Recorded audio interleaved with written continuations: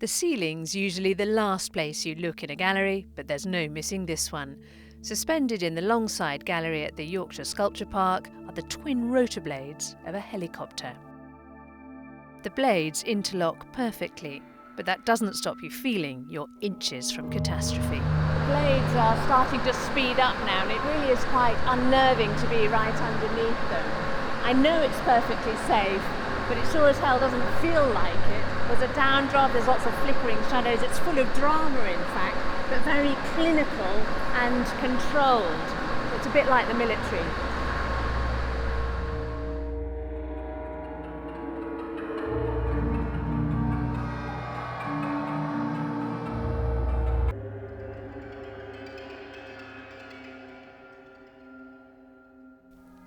The Chinook helicopter was the inspiration for the artist. She's drawn to them and admires them, but can't help hating the conflict they're used for. I've been fascinated by that aircraft for a long time. It just seems to embody so many contradictions. It's this military helicopter associated with conflict, but also associated with saving people. I find them incredibly beautiful, and I find them repugnant. I find them terrifying, but somehow they inspire some kind of affection. The exhibition also features films that explore our fascination with military aircraft.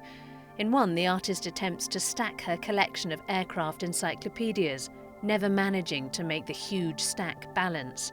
It's poignant, particularly when contrasted with the precision of the spinning blades. The Yorkshire Sculpture Park has won the Museum of the Year award this year. It's not hard to see why. Cathy Killick, BBC Look North, at the Yorkshire Sculpture Park.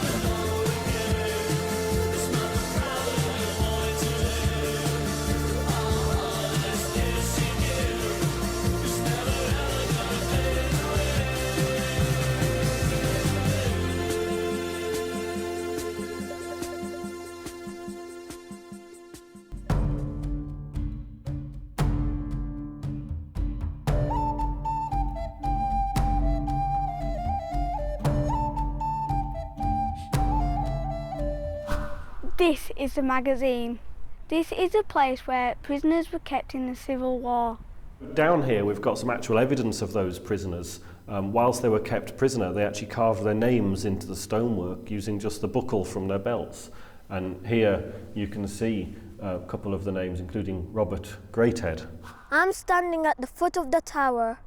It would have been 5 stories high. So the keep here at Pontefract was built by the Norman lords to take control over the north of England. And the manor of Pontefract stretches far north as Kirkstall in Leeds. Henry VIII and Catherine Howard visited Pontefract Castle on their tour of the north. Catherine was very naughty. So whilst they were here, Catherine Howard and Thomas Culpeper, a member of the Royal Court, were actually caught together in these very apartments. Henry didn't find out until they were back in London, but when he did, obviously both Catherine and Thomas lost their heads. Richard II met his end here. He died from starvation. He was kept prisoner. So imagine starving to death with the smell of fresh bread wafting in through the windows each morning, at the age of 33. it must have been torture. And this money is really important because it means you can perform at castles, and you like doing that. Absolutely brilliant. We love to perform at castles. The setting's fantastic. This is where these sort of tournaments would have taken place originally, so we're really pleased, yes. And can you please enlighten me, what on earth is going on behind me? This is a tournament of swords. It's part of the performance that we do in the performances that we give all around the north of England. It's full contact sword fighting. They get very tired and occasionally injured, but it's absolutely brilliant and really good fun. And who are your friends? These are other members of the society. Each one of them is a lady who's matched up to one of the knights. I like your outfits. I think I'd look good in one of those. What do you think, eh? Back there in the studio, what do you reckon? What on earth is Ian White up to? No. Good night. What are you doing? What are you doing? Punishment for that What? Don't leave me! Don't leave me, viewers! Please don't leave me! No! Oh, the shame!